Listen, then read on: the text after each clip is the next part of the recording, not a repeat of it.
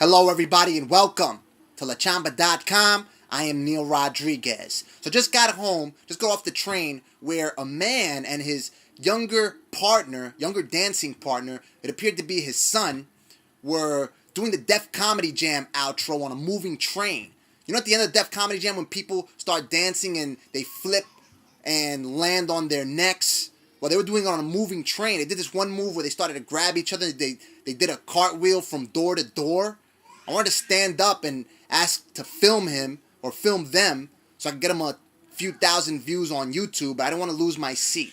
Anyway, I've been reading an old book, actually a book that I've been reading for a few years. It's about the third time I'm reading it. It's called The New Positioning by Jack Trout.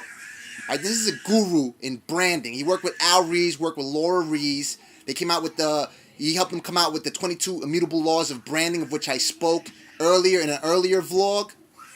So he talks about, he has a few case studies of companies with which he's worked. Carvel, how he helped position that company to become a ice cream bakery of sorts, where they became a ice cream cake wholesaler because they weren't making a lot of sales through their retail locations. So they did away with everything that did not work, and they focused on what did work, which was ice cream cakes, because there was a number of competitors in other categories. So by focusing on ice cream cakes, they became a leader in that category.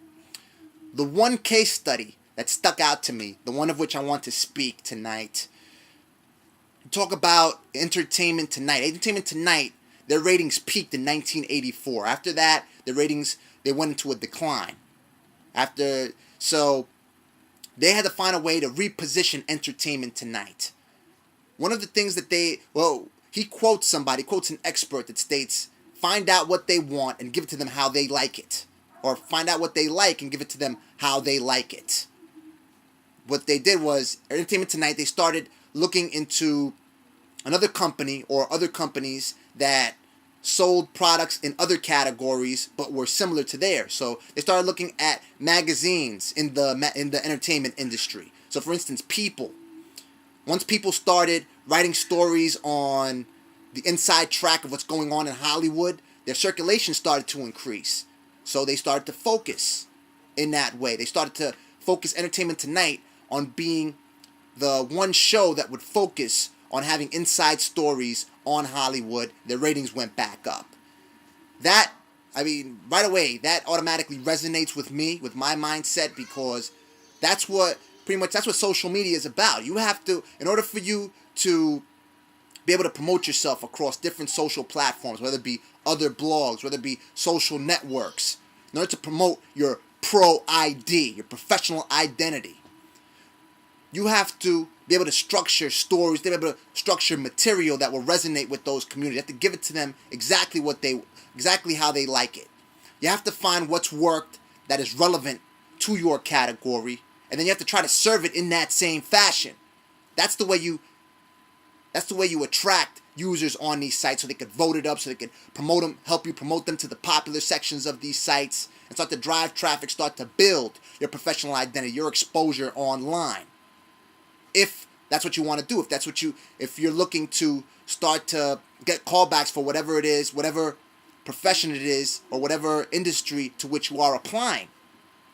That said, if you see that top 10 lists are resonating, let's say on a site like Digg. Now, Digg may not be the best place in order to build your professional identity, but let's just say you're just trying to drive traffic to a site, so you want to get links to it because you want to be able to come up for certain terms when people Google them. Let's say like a Top Chef or anything that a recruiter may Google in order to find an ideal candidate. If, let's say, they're talking about the top 10 Iron Chefs that learn how to cook cheese that smell like feet, and you saw that was a story that resonated to the community, and that story was made popular, let's say, a year back, you could possibly put together a same type of story, and it has a better chance of going popular on that site. Same thing goes with everything else.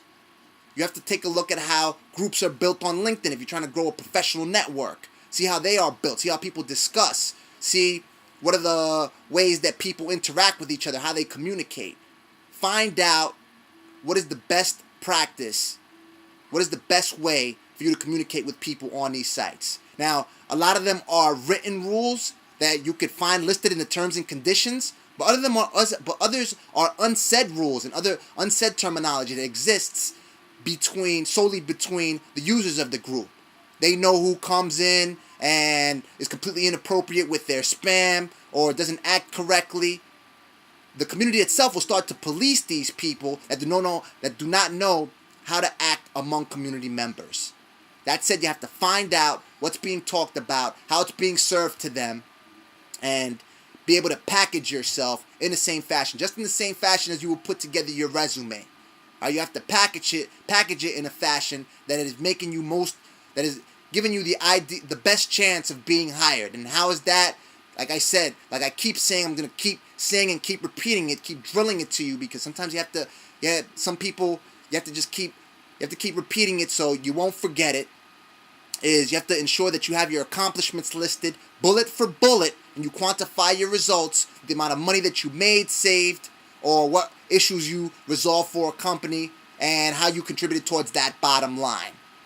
That's how you have to package yourself. That's how you have to package your resume. You have to speak in the same fashion when you are on that interview and substantiating all those bullet points. Same thing online. I thank you for watching. My name is Neil Rodriguez. Until next time.